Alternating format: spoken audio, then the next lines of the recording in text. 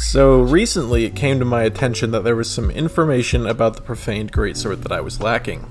The Ultra Greatsword you get from transposing Pontiff Sullivan's soul, the one that lights on fire. I won't reveal exactly what this information was yet, because instead of just covering that information, I decided to cover the weapon in its entirety. The Profaned Greatsword is either my favorite or second favorite Ultra Greatsword in Dark Souls 3. Its only competition is the Zweihander, the German Ultra Greatsword, but the Profaned is definitely my favorite Ultra on its optimal build, a quality build with 40 in both strength and dexterity. I love the way it looks. It gets solid attack rating at 628 AR when two-handed, and it is one of the lightest Ultras at only 13.5 units. So, instead of just covering a single aspect, I figured I'd do a little in-depth weapon showcase on what I consider to be the best quality Ultra Greatsword. First off, it's true combos. Everybody wants to know about the true combos in a weapon showcase, so here we go. Showcasing our true combos for us today will be this guy named Robert. If everyone could comment, thank you, Robert, in the comments, or, maybe just like one person could comment it, and then everybody else could give that comment a thumbs up. That would be cool. So, yeah, thank you, Robert. To start, the Profaned Greatsword has your basic R1-R1 true combo, both one-handed and two-handed. This isn't very interesting, but we've got to start somewhere. Slightly less common knowledge is that when two-handed, the second R1, which goes from left to right rather than right to left, also combos into a third R1, but only if you don't land the first R1. This is universally true of horizontal swinging Ultras, but not true for all Ultras, so it's worth mentioning. Even less common knowledge is that the second R1 actually combos into an R2, again as long as you didn't land the first R1. However, unfortunately, this is where the true combos pretty much end. One-handed, the second R1 does not combo into an R2 or into a jumping attack, and two-handed, the second R1 does not combo into a jump attack, and the first R1 does not combo into an R2. Finally, let's showcase the final bit of the Profaned Greatsword's moveset, the weapon art. Slow as molasses, easy to backstab, and consumes a ton of stamina, but it does do big damage if you can land it. And finally, it adds 80 fire AR to your weapon with a nice fire effect.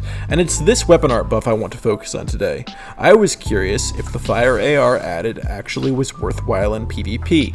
So I, of course, went on YouTube to see what previous people who had showcased the weapon had to say about it. And here's what I found.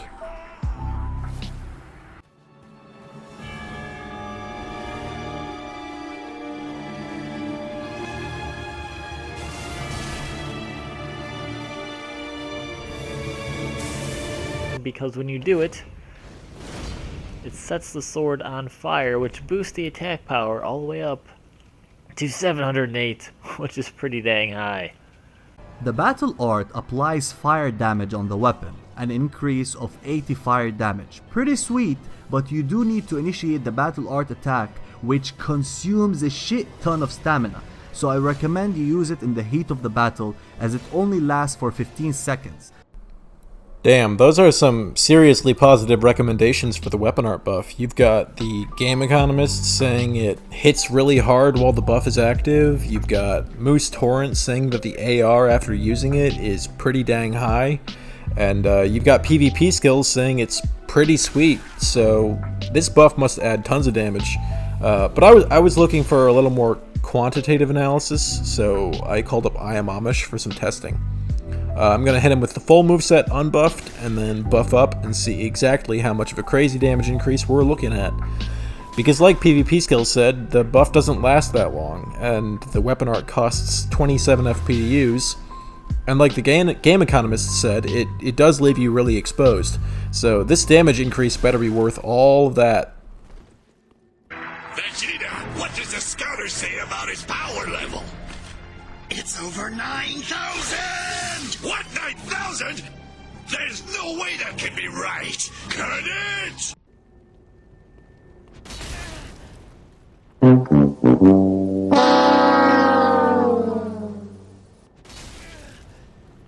So yeah, this weapon art buff is very much not all that. Turns out that adding 80 fire AR that won't even make it through your opponent's flat defenses won't give you much more damage at all. The 10 damage increase we see on the R1 applies in the exact same way to the uncharged R2. But is there any sort of way that we can increase this fire damage and make it worth our while? Idea number 1 that Amish had was for me to wear the Fire Clutch Ring, which boosts fire damage at the cost of lowering your defenses. It's nerfed in PvP, so its odds were never good of really being worth it, but it turned out to be even less worthwhile than we had hoped.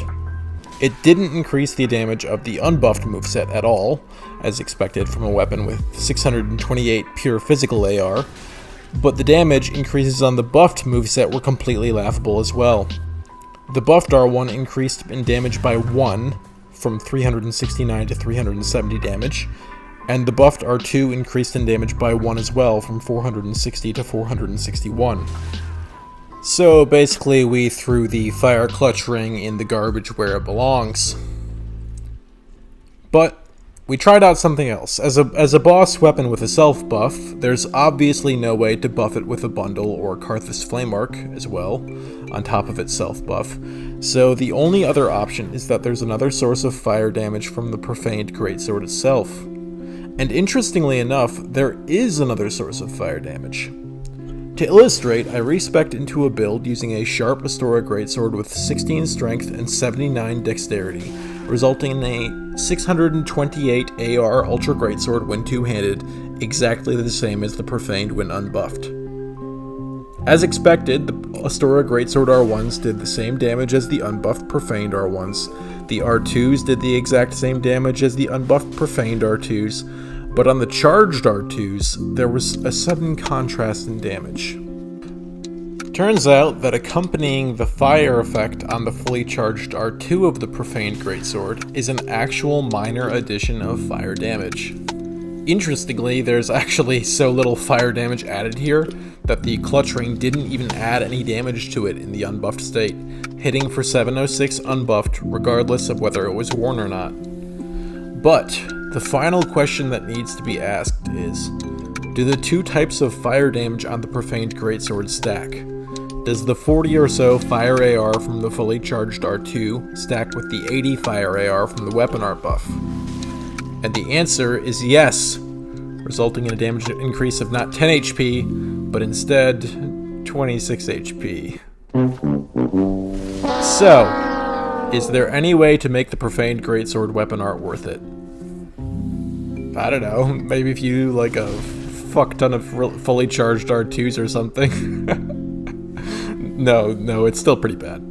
But anyway, hope you learned something and are now interested in trying out the Profaned Greatsword, which, I mean, at the end of the day, it hits really hard, independent of whether or not the buff is active. Sorry, game economist.